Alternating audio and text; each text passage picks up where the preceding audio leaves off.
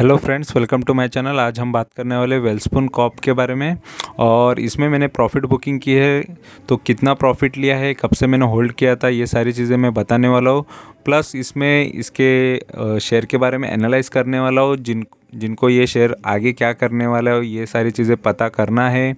और आगे इसमें क्या मूवमेंट आ सकते हैं, क्या इसके लिए पॉजिटिव है, क्या नेगेटिव है, तो इसके बारे में मैं एनालाइज भी करने वाला हूँ। तो वीडियो एंड तक देखो, अच्छे से देखो, समझ लो, ठीक है।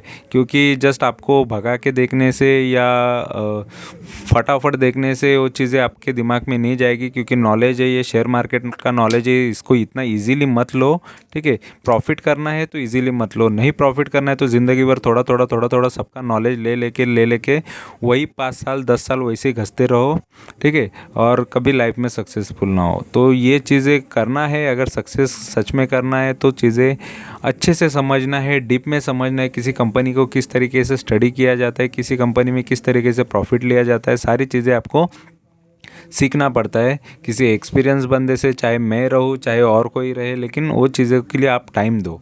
अगर कहीं पर आप टाइम दे के वो चीज़ें सक्सेस कर रहे हो तो उसी के साथ लगे रहो। कोई ज़रूरत नहीं है 10 जगह से चीज़ें सीखने की, ठीक है। अगर क्योंकि कंसंट्रेशन और वहाँ पर आपको 100% सही लग रहा है कि ये चीज़ें हो रही है और सही हो रही है, तो उसी चीज़ को फॉलो करो, उनको फॉलो करो। लेकिन सही इंसान को चुनो, सही चीज़ें चुनो, ठीक है। तो फिलहाल यहाँ पर मैं वेलस्पून कॉप में प्रॉफिट लेने के बाद ये प्रॉफिट बुकिंग का वीडियो बना रहा हूँ। और मेरे चैनल पे बहुत सारे प्रॉफिट बुकिंग के वीडियोस आते हैं, और जो मेरे पोर्टफोलियो में स्टॉक होते हैं उसके बारे में भी मैं बताता हूँ। लेकिन ये लॉन्ग टर्म का स्टॉक था और इसमें ज़्यादा प्रॉफिट ले लिया है मैंने। और long term already long term का स्टॉक है, लेकिन ये मैंने आपको बताया नहीं था। क्योंकि लॉन्ग टर्म का है और मेरा चैनल अभी नया स्टार्ट है, 6-7 महीने से इसमें वीडियोस डाल रहा हूँ, ठीक है।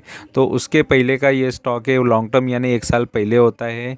तो ये कब लिया था, कब का है, ये सारी चीज़ें मैं बताने वाला हूँ। तो वीडियो एंड तक देखो, समझ लो, सीख लो और आपके लाइफ में भी इम्प्लीमेंट करो। तो ये जस्ट आपके इन्फॉर्मेशन के लिए है, एजुकेशनल है। तो चीज़ें समझा करो और आपके लाइफ में इम्प्लीमेंट करके आप भी प्रॉफिट कमाओ, ठीक है। तो फिलहाल ये कंपनी के बारे में वीडियो बनाने से पहले मैं बता देता हूँ, वेलस्पून कॉप ये शेयर मेरे पोर्टफोलियो में कब था और इसमें प्रॉफिट कितना लिया है ये तो मैं बताने वाला हूँ। लेकिन इससे और एक इसके जैसी कंपनी है, मतलब इसी की कंपनी है, मतलब इसी की ग्रुप की कंपनी है जो अभी भी मेरे पोर्टफोलियो में है, वो भी मैं आपको बता देता हूँ, ताकि आपको पता चले कि जो मैं पोर्टफोलियो के शेयर है वो भी मैं बताता हूँ, ठीक है। तो फिलहाल यहाँ पर देखो, ये जो शेयर है वेलस्पून इंटरप्राइजेस इसी के अंदर की कंपनी, वेलस्पून ग्रुप की कंपनी है। तो ये मेरे अभी भी पोर्टफोलियो में है। और जब मैंने ये भाव पे बताया था, इसके बारे में वीडियो बनाया था, तभी इसके बारे में एनालाइज किया था, तो बहुत लोगों को, जितने लोगों ने देखा उनको ये सारी चीज़ें, देखो जो भाव था वो सारी चीज़ें मैंने बताई है। फिर उसके बाद उसका भाव क्या हुआ, सारी चीज़ें, और इसमें भी क्या टारगेट हो सकते, तो ये चीज़ें मैंने बताई हुई। लेकिन ये वेलस्पून इंटरप्राइज के बारे में है। तो देखो, जो भी मेरे पोर्टफोलियो में शेयर्स होते उसके बारे में भी मैं बताता हूँ। और जो मेरे पोर्टफोलियो में पहले से थे तो वो चीज़ें आपको अभी पता चलेगी। क्योंकि देखो, मैं पहले से थे तो उसके बारे में बताने जाऊँ तो उसमें आपको ज़्यादा ये नहीं होगा। लेकिन अभी क्या कर रहा हूँ मैं, अभी मेरे जो रिसेंट पोर्टफोलियो है उसके सारे शेयर्स मैंने बता दिए हैं मेरे चैनल पे। तो आप ज़रूर वो वीडियोस देख सकते हो और उसमें परफॉर्मेंस दिखेंगे। और मेरे पुराने परफॉर्मेंस जिस सभी शेयर्स ने अच्छा खासा मुझे प्रॉफिट दिया है, तो सबके बारे में मैं वीडियो डालते रहता हूँ। वीडियो तो बहुत आ सकते हैं क्योंकि ऑलरेडी मैंने बहुत सारे शेयर्स में प्रॉफिट लिया है। ऑलरेडी स्विंग ट्रेडिंग से बहुत अच्छा खासा प्रॉफिट करता हूँ, इसी वजह से आपके लिए इन्फॉर्मेशन ला रहा हूँ, वीडियो ला रहा हूँ, ठीक है। तो फिलहाल अभी हम यहाँ पर वेलस्पून कॉप के बारे में बात करते हैं। तो वेलस्पून कॉप ये limited is the second largest है। देखो, सेकेंड लार्जेस्ट मैन्युफैक्चर है। किस चीज़ की मैन्युफैक्चरिंग करती है, तो डायमीटर पाइप्स। तो diameter pipe in the world base in Mumbai और महाराष्ट्र में है। It is a flagship company of the 3 billion Welspun group, ठीक है। तो ये इसका पार्ट है वेलस्पून ग्रुप का, और it operates 1.65 MTPA plant in Anjar Gujarat, which is being increase to 2.1 MTPA। ठीक है, तो इसका प्लांट कितना बड़ा है, क्या है, वो सारी चीज़ें इसमें बताया हुआ है। ठीक है, तो फिलहाल बहुत बड़ा प्लांट है इनका, और ये पाइप्स बनाते तो किस टाइप के पाइप से, सारी चीज़ें हम यहाँ पर देख लेंगे। और इसका रेवेन्यू देख लो, यहाँ पर 4,642 करोड़ का है, और ये 2021 का रेवेन्यू बता रहा है। ठीक है, तो अभी फ़िलहाल स्टॉक का प्राइस क्या है, कितना है, ये सारी चीज़ें भी देखेंगे, और थोड़ा बहुत इसके वेबसाइट पे देखेंगे ये कंपनी किस तरीके की है। ठीक है, तो इसका वेबसाइट पे हम पहले विज़िट कर लेते हैं। तो ये उसका वेबसाइट है, जैसे हमने स्टार्ट किया, देखो इन लार्ज डायमीटर लाइन, तो ये वेबसाइट भी देख लो। ठीक है, तो अगर हम यहाँ पर एंटर करते हैं या स्किप करते हैं तो इस तरीके का ये इनका देखो किस तरीके के पाइप्स है। तो इतने बड़े बड़े जो पाइप्स नज़र आ रहे हैं तो ये ही बनाते हैं ये। ठीक है, और ये लार्जेस्ट मैन्युफैक्चर है, लेकिन सेकंड पे है, सेकंड लार्जेस्ट है। ठीक है, और इस तरीके का ये देखो, ये जो बड़ी बड़ी पाइपलाइंस है ये वेल्सपुन ग्रुप करती है काम। ठीक है, तो इनका ये प्रोडक्ट है, और यहाँ पर इसके बारे में भी आप अंदर जाके पढ़ सकते हो। तो मुझे आपको ये दिखाना था कि कंपनी का बिज़नेस क्या है और क्या करती है, इनके प्रोडक्ट क्या है। तो अभी मैं इसके शेयर के बारे में बताता हूँ, तो चलो देखते हैं इसका शेयर। तो दोस्तों यहाँ पर मनी कंट्रोल पे मैंने इसका शेयर ओपन किया है, और इसका जो अभी प्राइस चल रहा है लगभग 202 का चल रहा है। NSE BSE दोनों पर ट्रेड होता है ये, और यहाँ पर 105 का लो था, उससे ये 207 का हाई मारा है, और आज ही के दिन मारा है, और लगभग मैंने इसको 205 के भाव पे निकाल दिया है, क्योंकि वो टारगेट रख दिया था मैंने। ठीक है, फिलहाल मैं ये लॉन्ग टर्म के हिसाब से शेयर रखा था, फिर भी बहुत टाइम हो गया, फिर मुझे लगा कि इसको अभी निकाल देना चाहिए। ठीक है, क्योंकि इसने बहुत अप एंड डाउन मुझे दिखाया है लाइफ में। फिर भी मैं आपको इसके बारे में कंप्लीट दिखाऊंगा। और लास्ट लगभग 135% मैंने इसमें प्रॉफिट ले लिया है। लेकिन मेरी एंट्री कब थी वो भी इम्पोर्टेंट होता है, कि मैंने एंट्री कब की थी, उसके बाद क्या हुआ, क्या कैसे, ये सारी चीज़ें आपको समझना पड़ेगा। क्योंकि देखो शेयर मार्केट है, हर किसी को लगता है कि वो शेयर मार्केट का बादशाह है, लेकिन ऐसा नहीं होता है। मार्केट सबको बहुत पकड़ के धोती है। क्योंकि देखो शेयर मार्केट को कोई भी, कितना भी बड़ा इन्वेस्टर हो, कितना भी ये हो, कितना भी बड़ा चालाक हो, उसको एक ना एक दिन मार्केट गलत साबित करती है। तो बहुत सारे ऐसे शेयर है जिन्होंने कितना भी अच्छे शेयर्स होते, बड़े बड़े लॉन्ग एकदम बड़े अच्छे कैपिटल, लार्ज कैप वाले होंगे, या अच्छे या मिड कैप होंगे, बड़ा कैपिटल है, जिनका नाम अच्छा है कंपनीज़ का, तो वैसे कंपनियों ने भी लोगों को बर्बाद करके रख दिया है। तो लेकिन कुछ कंपनियां होती है कि वो कंटिन्यू चलती रहती है। तो वैसे बहुत सारी कंपनियों ने ये सिखाया है हर किसी को। तो इतना ओवर कॉन्फिडेंस किसी भी शेयर पे मत रखो, मेरा तो यही कहना है। तो ये तो चीज़ मैं सीख गया हूँ, लेकिन ये चीज़ें मैं आपको भी बताना चाहता हूँ। चाहे कोई भी आपको बोले कि इसके शेयर लेके सो जाओ, हमेशा के लिए सो जाओ, आपके फिर बाद में जाग जाना 10 साल बाद, 20 साल बाद, 25 साल बाद, फिर देख लेना कि शेयर का क्या होता है। तो शायद आप देखोगे इतना 5 लाख डाल के बैठोगे, 10 लाख डाल के बैठोगे, 5-10 साल बाद, 20 साल बाद शायद वो जीरो ना हो जाए, या कंपनी बंद ना हो जाए। सोना नहीं है, जागना है, देखते रहना है कंपनी में क्या हालचाल हो रहा है। क्योंकि कंपनी के आप ऑनर होते हो। ठीक है, कंपनी में पैसा डालने के बाद आप ऑनर होते हो। आप, ऐसा नहीं है कि आपने किसी को, आपके सगे वाले को दे दिया, ऐसा नहीं होता है। ठीक है, भूलना है या कुछ ये करना है, आजकल कोई पैसा छोड़ता नहीं है। तो कंपनी को दे रहे हो तो देखा करो कि कंपनी आगे क्या करने वाली है। ठीक है, तो यहाँ पर देख लो, लगभग इसमें देखो स्वॉट एनालिसिस में इसका स्ट्रेंथ 8 का बताया। मतलब ये कंपनी में 8 स्ट्रेंथ है, मजबूती है क्या है। तो इसने 52 वीक हाई मारा है, तो ये स्ट्रेंथ होता है। वीकनेसेस क्या बता रहा है कि देखो 8 स्ट्रेंथ है तो 9 वीकनेसेस आई है। तो companies with a growing cost year on year for long term project, तो लंबा सोच के चल रही है कंपनी, लॉन्ग टर्म प्रोजेक्ट के लिए अभी से खर्चा कर रही है। तो इस वजह से ये वीकनेसेस में बता रहा है। लेकिन ऐसे और भी 8 है, मतलब टोटल 9 है, इसमें वीकनेसेस ज़्यादा है, एक ज़्यादा है। अपॉर्चुनिटी कुछ भी नहीं बता रहा है कि फ़िलहाल ये शेयर के अंदर। और डी ग्रोथ इन रेवेन्यू बता रहा है, profit and operating profit margin के अंदर ये 2 है थ्रेट, डर की बात यहाँ पर 2 है। कि रेवेन्यू थोड़ा घट रहा है। तो ये सारी चीज़ें हम इसके आगे फाइनेंशियल में भी मैं आपको दिखाने वाला हूँ, ठीक है। तो और मार्केट कैपिटल देखो इसका 5282 का है। डिविडेंड यील्ड ये 2.47, देखो 2.5% का आपको डिविडेंड ऐसे भी मिल रहा है। लगभग समझ लो कि बैंक में पैसे रख रहे हो तो 3.5% मिल रहा है, यहाँ पर 2.5% भी मिल रहा है, प्लस आप में कुछ आपका कुछ कैपिटल एप्रिसिएशन भी हो जाएगा, 5%, 10%, 20%, कुछ ना कुछ तो बढ़ते रहेगा साल भर में, 2 साल में, 3 साल में, ठीक है। और यहाँ पर इसका डिलीवरी परसेंटेज देखो लगभग 40% तक का है, मतलब 40% तक लोग इसकी डिलीवरी उठा रहे हैं।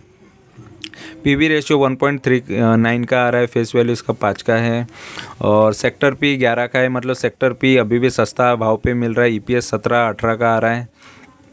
और यहाँ पर इसका चार्ट देखेंगे, एडवांस चार्ट। तो एडवांस चार्ट इसके बारे में क्या बता रहे हैं देखो। तो 1 साल के हिसाब से हम अगर देखेंगे इसका चार्ट, तो ये डिविडेंड कितना दिया था पहले ये भी देख लो। 5 रुपये का एक शेयर के पीछे डिविडेंड मिल जाता है। तो जितने ज़्यादा शेयर उतने ज़्यादा आपको डिविडेंड मिल जाता है, ठीक है। तो देखो ये शेयर ने स्टार्ट किया था लगभग 141 से स्टार्ट किया था लो से, फिर यहाँ पर एक हाई मारा था उसने 164 का, फिर डाउन, अप एंड डाउन करते करते यहाँ पर एक डाउन मार दिया था इसने लगभग 110 का। तो दोस्तों यहाँ पर अभी हम इसका जो चार्ट देख रहे थे, तो ये लगभग देखो इसका 1 साल का तो हमने देख लिया, और यहाँ पर अभी मैं आपको इसका 5 साल का दिखा देता हूँ। तो 5 साल में इसने लगभग किस तरीके का परफॉर्मेंस किया है देख लो। तो 5 साल में ये स्टार्ट हो रहा है लगभग 82 का लो यहाँ पर एक नज़र आ रहा है, वहाँ से एक हाई मारता है ये 197, देखो 197 से फिर डाउन आता है, फिर एक लो मारता है कितने का 102। तो ये सारी चीज़ें होती है, ये दिमाग में डाल लो। आपको लगता है कि शेयर मार्केट में पैसा ऐसा बढ़ते जाएगा, चार्ट ऐसा ऊपर जाएगा, ऐसा नहीं होता है। ये सारी चीज़ें भी ध्यान में डालो। देखो कितना भी अच्छा शेयर रहे, कितना भी अच्छा कुछ भी रहे, तो ये इस तरीके के भी ग्राफ्स आपको देखने मिलेंगे, चार्ट देखने मिलेंगे। तो डायरेक्ट इतना हो जाता है, देखो ये लो आ जाता है देखते देखते, ठीक है, मतलब लगभग 50% डाउन हो जाता है, फिर इतना ग्रोथ आता है, ठीक है। फिर होता है 186, फिर डाउन आता है, फिर यहाँ पर एक लो देख लो बड़ा जो है, ये फिर से 86 का भाव आता है, फिर 86 से फिर बढ़ता है। तो ये कौन सा भाव है 86 का 233, फिर उसके बाद गिरता है 233 के बाद ये लगभग 55 का लो। तो ये होता है शेयर मार्केट में, देख लो। तो ये शेयर को मैं समझ गया कि यार मैं इतने लॉन्ग टर्म से, और मैं इसमें देखो लगभग बता दूँ 2017 से हूँ, 90 के भाव से हूँ मैं। 2017 में मैंने एंट्री की थी, लगभग मैं आपको करेक्ट डेट भी बता दूंगा मैं यहाँ पर, ठीक है। तो एज मेरे डेटा के हिसाब से तो 17 में 2017 नहीं, लगभग मैं इसमें 87 के भाव से हूँ और 2016 से हूँ। तो देखो कितना लॉन्ग टाइम की मेरी जर्नी है, 2016 से हो, और जुलाई में, ठीक है, 28 जुलाई, तो 28 जुलाई से मैं ये शेयर में हूँ 2017। तो यहाँ पर ये आएगा नहीं, तो मैक्स का मुझे चार्ट लेना पड़ेगा। तो यहाँ पर 2017 में जुलाई का यहाँ पर चार्ट देख लो। तो यहाँ से मैं हूँ और लगभग 87 के भाव से, 87 के भाव से मैं यहाँ पर था। उसके बाद ये शेयर बढ़ा, देखो बढ़ते गया, लेकिन एक बार जब गिरा ये, ठीक है, वो टाइम पे मैंने उसमें एंट्री नहीं की ज़्यादा, क्योंकि मैं वो टाइम पे लॉन्ग टर्म का ही सोचता था।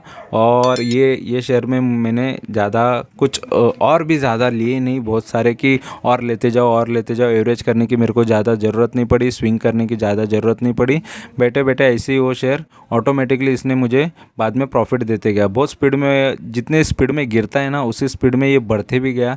तो मुझे इतना जल्दी लगा नहीं। देखो 50, जब ये 55 का हुआ, उसके बाद 1 महीने में, 2 महीने के अंदर 80 का भाव आ गया, ठीक है। जो मई के बाद जून तक इसने फटक से वो प्राइस दे दिया, बहुत स्पीड में ये फिर से बढ़ते गया, मतलब मेरा भाव तुरंत आ गया था, इसलिए मैंने इसमें फिर से और भी शेयर्स ऐड नहीं किए। तो उसके बाद ये इसने मुझे यहाँ पर मौका दिया था निकलने का, बट मैं निकला नहीं, ठीक है। मतलब यहाँ पर एक मौका दिया था 233 पे, लेकिन मुझे वो टाइम पे लॉन्ग टर्म की सोच थी, ये हो जाए 250, 230 है तो 250 का 500 हो जाए, 500 का 1000 हो जाए, 1000 का ऐसे बढ़ते जाए, अपने को कहाँ गई थी। लेकिन एक टाइम आ गया कि यहाँ से शेयर मार्केट ने सिखा दिया कि सही टाइम पे निकलना भी चाहिए। फिर उसके बाद फिर ऐड करना चाहिए, फिर बाद में निकलना चाहिए। ये सारी चीज़ें करोगे तो और प्रॉफिट मैक्सिमाइज कर पाओगे। ठीक है, मुझे ये लगा, तो इस वजह से मैंने स्विंग करना चालू किया और स्विंग ट्रेडिंग से सच में मुझे प्रॉफिट हो रहा है। और बहुत सारे वीडियो आते जाएंगे आपको, फिर आपको रियल में पता चलेगा कि सच में ये चैनल पे सच वाले प्रॉफिट आते हैं। बाकी जो भी चैनल आपको बताएंगे, आपको जस्ट ये बता देंगे कि ये शेयर में बाइंग अपॉर्चुनिटी है, या ये शेयर में ये न्यूज़ है, इसके टारगेट ये है, उसके टारगेट वो है, सारी चीज़ें आपको बताते रहेंगे, लेकिन खुद तो एक भी बाई नहीं करेंगे। ठीक है, एक भी खरीदेंगे नहीं। यहाँ पर मैं खुद भी खरीदता हूँ, खुद प्रॉफिट निकाल के बताता हूँ, तो सारी चीज़ें आपको यही चीज़ें ये चैनल पे देखने मिलेगी। और मेन चीज़ है कि शेयर मार्केट प्रॉफिट देने वाला है, बाकी तो छोड़ दो। कमाई शेयर मार्केट से होने वाली है, और साइड साइड में कुछ ना कुछ बिजनेस चलते रहता है, उससे भी अच्छा खासा कमाई होता है। तो ये मेन मेरा ज़्यादा फोकस होता है कि शेयर मार्केट से बहुत सारा पैसा आपको कमा के दिखाओ, और आप भी उससे कुछ ना कुछ सीख के आप भी कमाए। ठीक है, तो ये मेन होता है। और यहाँ पर देखो प्राइस एंड वॉल्यूम इसके बारे में क्या बता रहा है कि इसने किस तरीके का परफॉर्मेंस दिया है। तो एक हफ्ते के अंदर इसने 21% का रिटर्न दिया है। एक महीने के अंदर इसने लगभग 47 का रिटर्न दिया है। 47 3 महीने के अंदर इसने 13% है। वाईटीडी इसका 13% ही है। वाईटीडी यानी जनवरी से होता है।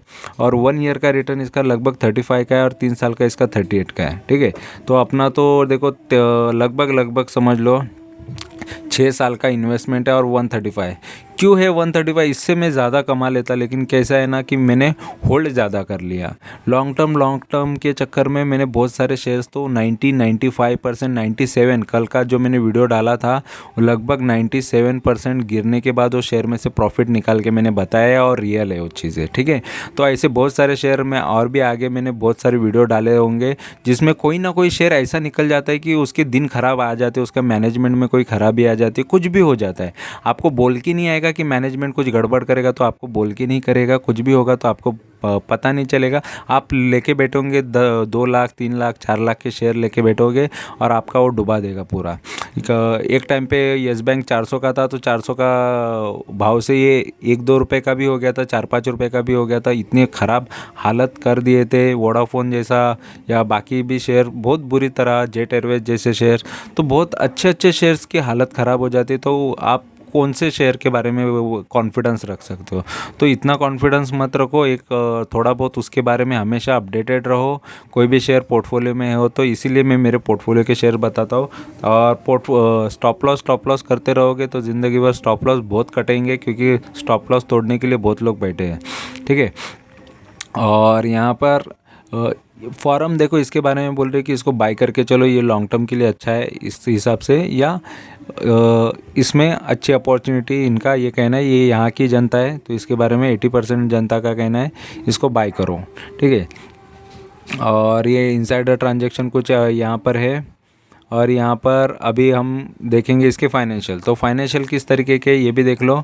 तो लगभग देखो 2017 में ये कंपनी ने 5,900 का इसने रिटर्न दिया था, रेवेन्यू दिया था। उसके बाद ये देखो उसके बाद इसने 6,347 करोड़ का ये रेवेन्यू जनरेट किया था। फिर 8,900 का रेवेन्यू 2019 में, फिर 9,900 यानी लगभग 10,000 करोड़ का रेवेन्यू जनरेट किया 2020 में। फिर अभी ये रेवेन्यू थोड़ा कम होता हुआ नज़र आ रहा है। ठीक है, तो मार्च के रिज़ल्ट अगर ऐड हो जाते तो ये रेवेन्यू और भी बढ़ जाएगा। तो यहाँ पर टाइम है। ठीक है, और यहाँ पर देखो नेट प्रॉफिट किस तरीके का है। तो नेट प्रॉफिट देखो 2017 में 89 करोड़ था, फिर 261 करोड़, फिर बाद में यहाँ पर 148 करोड़, फिर 486 करोड़, फिर 506 करोड़ का नेट प्रॉफिट। तो प्रॉफिट तो बढ़ता हुआ नज़र आ रहा है, तो अच्छी बात होती है। किसी भी कंपनी का प्रॉफिटेबिलिटी अच्छी होनी चाहिए, सेल्स भी अच्छा होना चाहिए, लेकिन प्रॉफिट भी कंपनी ने कमाना चाहिए, क्योंकि प्रॉफिट से ही बाकी सारे एक्सपेंसेस करने होते हैं। ठीक है, तो और भी यहाँ पर प्रमोटर का देखो होल्डिंग लगभग 50% है, तो अच्छा खासा, मतलब लगभग 50% तो कंपनी के पास ही है, प्रमोटर के पास है, और बाकी का 50% सब में बटा है। तो सब ने लिया है शेयर, तो बहुत अच्छी बात है। पब्लिक ने 37% के शेयर लेके रखे, बहुत अच्छी बात है। सबसे ज़्यादा पब्लिक बहुत स्मार्ट होती है कि अच्छा खासा होल्डिंग ले लेती है। DIS भी देख लो, DIS ने भी अच्छा खासा इन्वेस्टमेंट किया, तो ये बड़े इन्वेस्टर्स होते हैं। ठीक है। इंडिया के बड़े इन्वेस्टर जो डोमेस्टिक इन्वेस्टर है उनका अच्छा खासा लगभग 6.75 मतलब 6.75% तक उन्होंने इन्वेस्टमेंट किया है। एफआईज ने भी लगभग 6% का इन्वेस्टमेंट किया है, तो अच्छा खासा इनका भी शेयर होल्डिंग है। तो 5 म्यूचुअल फंड है जिन्होंने इसमें पैसा लगाया, तो इसमें से जो डीआईज है उसमें से 2%, 2-2.5% तो म्यूचुअल फंड के ही पैसे लगे हुए हैं। 5 म्यूचुअल फंड ने इसमें पैसा लगाया, तो अच्छा ये है। और एफआईआईज और एफपीआई ये टोटल 73 है फॉरेन के इन्वेस्टर जिसने इसमें पैसा लगाया। तो सभी का इन्वेस्टमेंट है तो कंपनी अच्छी होती है तभी। और ये आपके जैसा सोचती नहीं कि इसका टारगेट क्या है, मैं निकल जाऊँ, क्योंकि बहुत लोग मुझे कोई कमेंट में पूछते हैं इसका टारगेट क्या, उसका टारगेट क्या। भाई आप टारगेट के लिए काम कर रहे हो या क्या करना क्या चाहते हो लाइफ में, क्योंकि टारगेट हर कोई बताने के लिए आपको बैठा है। आपको बहुत सारे चैनल बताएंगे इसका ये टारगेट है, उसका वो टारगेट है, और स्टॉप लॉस भी बताए, टारगेट के साथ साथ स्टॉप लॉस। तो यहाँ पर मैं टारगेट और स्टॉप लॉस के साथ नहीं खेलता। यहाँ पर एक फिक्स परसेंटेज रहता है कि चाहे वो कितना भी टाइम ले उसमें से मैं इतने परसेंटेज लेके निकलूँगा, ठीक है। उसको कितना भी टाइम ले, कभी कभी 15 दिन में होता है, कभी 1 महीना लगता है, कभी 2 महीना लगता है, कभी 3 महीना लगेगा, और मार्केट और ख़राब रहेगा तो 4 महीना भी लग जाता है, लेकिन प्रॉफिट एक लेके ही निकलना है। और पहले तो लॉन्ग टर्म के शेयर वालों को तो मुझे बहुत टाइम लगा था प्रॉफिट लेने के लिए, क्योंकि लॉन्ग टर्म में वो शेयर बहुत गिर जाते हैं बीच में ही। तो इसी वजह से ज़्यादा लॉन्ग टर्म कौन से शेयर में करना है तो ये भी आपको पता होना चाहिए। तो वो भी आगे मैं आपको बता दूंगा कि किस टाइप के शेयर को लॉन्ग टर्म में लेके चलना चाहिए, ठीक है। तो फिलहाल चार्ट ही देख के आपको सारी चीज़ें समझ में आ जाएगी कि किस तरीके के चार्ट होते हैं। लॉन्ग टर्म वाले चार्ट इतने अप एंड डाउन नहीं करते, ठीक है। तो फिलहाल ये शेयर देखो कभी अप जाता है तो कभी डाउन जाता है, तो इस तरीके का इसने हमेशा पैटर्न दिखाया हुआ है। आगे जाके इसमें क्या होगा ये, या यहाँ से भी गिरता है, देखो ये डाउन हुआ फिर अप हुआ, डाउन हुआ, लेकिन बहुत बड़ा बड़ा ये डाउन साइड दिखाता है। फिलहाल बाकी सारी चीज़ें इसकी बिज़नेस किस तरीके का करती है उस पर डिपेंड है। तो इसका हम आगे इसका फाइनेंशियल देखते हैं, जिससे आपको और भी आइडिया आ जाएगा कि कंपनी कैसी है इन्वेस्टमेंट के लिए, ठीक है। तो देखते हैं इसका फाइनेंशियल्स। तो दोस्तों यहाँ पर फाइनेंशियल्स देखने वाले हम स्क्रीनर पे, तो यहाँ पर अच्छे से बताए जाते हैं। तो फिलहाल आप ये भी देख लो, क्योंकि इससे क्या होता है कि आपको अगर आगे इन्वेस्टमेंट करना है तो कि कंपनी के कैसे फाइनेंशियल से डिटेल में भी आपको पता चलेगा, ठीक है। तो यहाँ पर प्रॉज एंड कॉन्स पहले देख लेते हैं, पॉजिटिव नेगेटिव क्या है। तो कंपनी गुड प्रॉफिट कर रही है, 34-35 के CAGR से लास्ट 5 ईयर से प्रॉफिट अच्छा हो रहा है। 35% के हिसाब से समझ लो कि प्रॉफिट अच्छा खासा करती जा रही है कंपनी, ये पॉजिटिव है। और चार चीज़ें नेगेटिव है इसमें। The company has deliver a poor sales, तो सेल्स ख़राब है इसका 5 साल से। तो सेल्स ख़राब है लेकिन प्रॉफिट अच्छा है 5 साल से, ठीक है। Company has a low return on equity, 12.5% का इक्विटी के हिसाब से रिटर्न दे रहा है वो, ठीक है, इक्विटी पे। और कंटीजेंट लायबिलिटी भी है कंपनी पर, लगभग 2600 करोड़ की कंपनी पर लायबिलिटी है, 2661 करोड़, ठीक है। और अर्निंग इंक्लूड्स अदर इनकम, तो अदर इनकम भी इसमें है, तो अदर इनकम को ये नेगेटिव ही मानते हैं, ठीक है। यहाँ पर क्योंकि मेन चीज़ होती है कि मेन बिजनेस से पैसा ज़्यादा कमाए, अदर इनकम से ना, ठीक है। तो फिलहाल यहाँ पर बाकी चीज़ें भी देख लेते हैं कि इसके क्वार्टरली रिजल्ट्स किस तरीके के। तो देखो मार्च 2019 से सेल्स था 2700 करोड़ का, ठीक है। और उसके बाद ये सेल्स थोड़ा घटते गया, फिर एक बार बढ़ गया, फिर से घटा, फिर देखो कम होते होते यहाँ पर 1150 करोड़ का 2020 के टाइम पे था। तो उसके बाद अभी 1200 करोड़ का सेल करिए, 1300 करोड़ पकड़ के चलो कि लगभग दिसंबर में इसने 1300 करोड़ का सेल किया। मतलब सेल्स देखो कितना गिर गया, ठीक है, कंटिन्यूसली।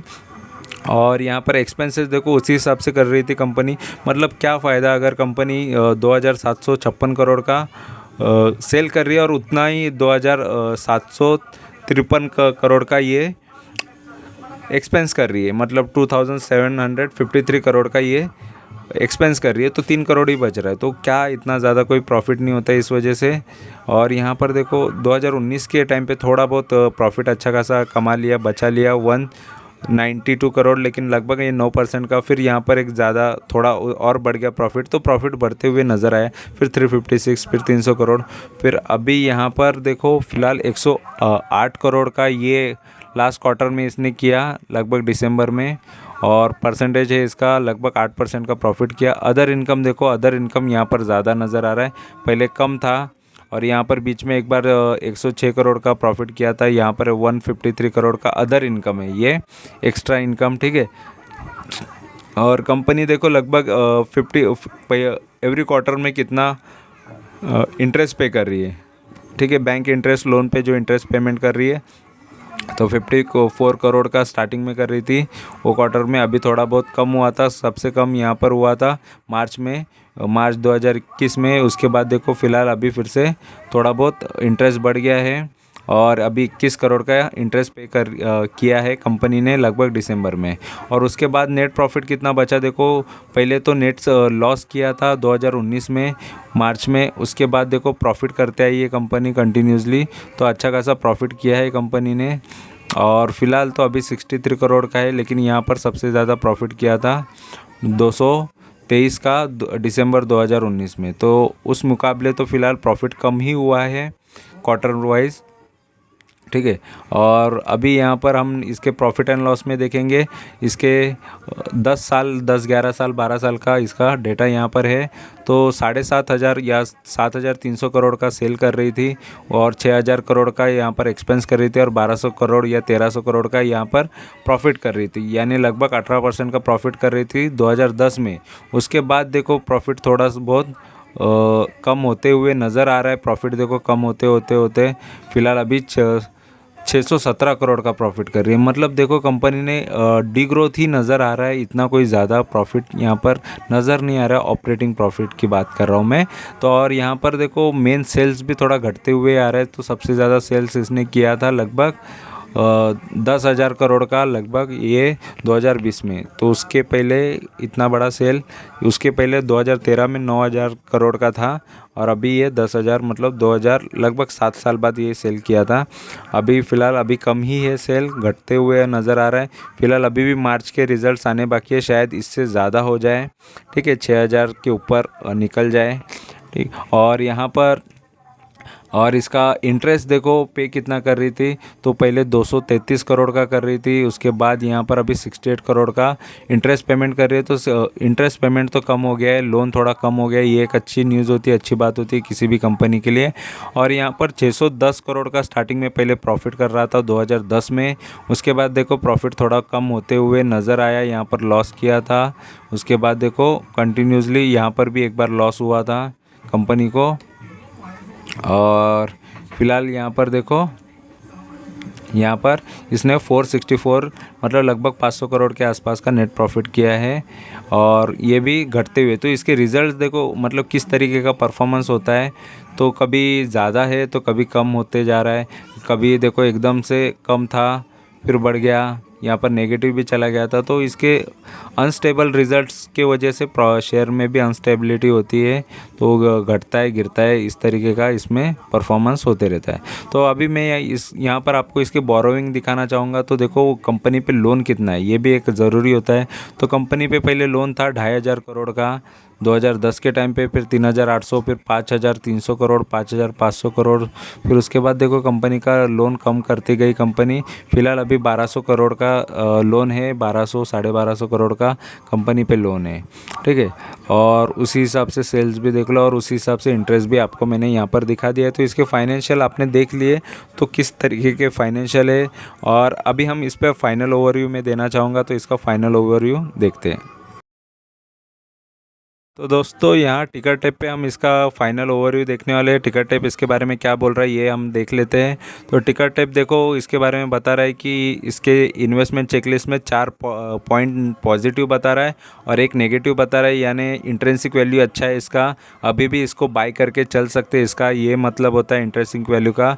और यहाँ पर ROE ख़राब है ROE अच्छा बता रहा है, ROE यानी रिटर्न ऑन इक्विटी भी अच्छा है, पॉजिटिव है, FD से बेटर रिटर्न यहाँ पर मिल रहे हैं, ऐसा ये बता रहा है रिटर्न ऑन इक्विटी में। डिविडेंड रिटर्न भी देती है कंपनी, अच्छा दे रही है। एंट्री पॉइंट अभी ख़राब है बता रहा है, ठीक है, नॉट अ गुड टाइम, क्योंकि ओवरबॉट जोन हो गया है कि बहुत ख़रीदा गया है। ओवरबॉट मतलब ज़्यादा से ज़्यादा इसमें बढ़त आई है इस वजह से। और नो रेड फ्लैग है, मतलब कंपनी के डूबने के तो चांसेस नहीं है फ़िलहाल, अच्छी कंपनी है इस तरीके का ये मतलब है। और आयरन स्टील के अंदर मटेरियल में इनको बताया गया है और ये लगभग मार्केट कैपिटल देखो, ये स्मॉल कैप कंपनी है, 5,192 करोड़ की कंपनी है और हाई रिस्क है, इसमें वॉलेटिलिटी ज़्यादा है क्योंकि ये देखो अप एंड डाउन कितने स्पीड में होता है, इस वजह से 3 गुना है, निफ्टी से 3 गुना ये वॉलेटाइल है। और इसके परफॉर्मेंस देखो तो 1 वीक से देखते हैं तो 1 वीक में इसने 23% मतलब लगभग अच्छा खासा प्रॉफिट दिया एक ही हफ्ते के अंदर, और एक महीने के अंदर इसने 42% तक रिटर्न दिए हैं और एक साल के अंदर 35-36% के रिटर्न दिए हैं और 5 साल के अंदर लगभग 143% के रिटर्न दिए हैं और मैक्स वाले को लगभग 300% के रिटर्न दिए। तो 3 या 4 गुना ये शेयर हुआ है, लेकिन उससे भी ज़्यादा हुआ है, लेकिन यहाँ पर देखा जाएगा तो ये प्राइस यहाँ से पकड़ा जाता है, ठीक है, और 21 से पकड़ते हैं और अगर ये 532 पे होता तो कई गुना ये रिटर्न्स यहाँ पर आपको देखने नज़र आते, लेकिन ये उसके बाद देखो गिरा है, इस वजह से इसका रिटर्न भी आपको कम नज़र आ रहा है। लेकिन इसका चार्ट अगर ऊपर साइड होता तो ये बहुत बेटर रिटर्न आपको जनरेट करके देता, लेकिन इसके सेल्स और इसकी बिज़नेस में ही वैसा है कि कभी डिमांड ज़्यादा आती है, कभी सेल ज़्यादा होता है तो कभी कम होता है, तो ये सारी चीज़ें होती है, ठीक है। इस वजह से इस टाइप का ये शेयर है। और देखो SIP करता कोई अगर 100 रुपये भी डालता तो वो भी 5 साल के अंदर 60% के रिटर्न इजीली ले लेता है इसके अंदर, ठीक है। तो और बाकी सारी चीज़ें यहाँ पर डिटेल तो है नहीं, और इसके बारे में सिर्फ मेरा यही कहना है, ये शेयर में मैं तो निकल गया हूँ, बाकी आपका डिसीज़न होता है इसमें लेना है नहीं लेना है। इसके बारे में पूरा फाइनेंशियल जो भी है उसके बारे में मैंने कंप्लीट बता दिया है। मोस्ट ऑफ मैं स्टॉक टॉक में ही ये सारी चीज़ें बता देता हूँ कि अगर वो पोर्टफोलियो में है तो, लेकिन यहाँ पर मैंने इसके बारे में पहले नहीं बताया था क्योंकि ये मेरा बहुत पुराना शेयर है इस वजह से, ठीक है। और यहाँ से मैं निकल गया हूँ, लेकिन अगर कोई लॉन्ग टर्म या आगे कोई चाह रहा है कि इसमें आगे क्या करना है तो सोच रहा है, तो उसको उन लोगों ने अगर ये वीडियो देखा तो उनको ये पूरा वीडियो एंड तक देखने के बाद यही समझ में आएगा कि इसमें बाय करना है या नहीं करना है। तो फिलहाल ये अप एंड डाउन बहुत होता है, तो सोच लो कि अगर आपने ये टॉप पे ख़रीदा जब ये बढ़ा है तो उसके बाद गिरने के भी एक्सपेक्टेशन रखो, ठीक है। यहाँ पर मैं यही बोलूँगा क्योंकि मार्केट में कोई इतना ये नहीं है बहुत बड़ा एक्सपर्ट नहीं है, क्योंकि मार्केट ही सबसे बड़ा एक्सपर्ट है, कुछ भी कर सकता है, कुछ भी पॉसिबल हो सकता है। तो ये समझ के बैठो, समझ लो, कोई कितना भी बड़ा हो जाए, कितना भी एक्सपीरियंस ले ले, लेकिन उसको मार्केट को हमेशा किंग समझना चाहिए, खुद को किंग नहीं समझना चाहिए। हमेशा मार्केट ही गुरु है, मार्केट से सीखो, मार्केट जो बोलेगा, मार्केट जिस तरीके से चलेगा हमको उसके साथ चलना है। अगर नेगेटिव जाता है तो हमको नेगेटिव जाने के बाद भी मार्केट में डरना नहीं है, उसके साथ ही चलना है। अगर नेगेटिव है तो फिर भी रुकना है, थोड़े और शेयर्स लेने, मार्केट क्योंकि हर किसी को पैसा नहीं देता है, जो लास्ट तक उसके साथ रहता है उसको ही पैसा देता है, ठीक है, या उसके साथ टिका रहता है। तो फिलहाल यही इम्पोर्टेंट चीज़ यहाँ पर मैं आपको बताना चाहूँगा।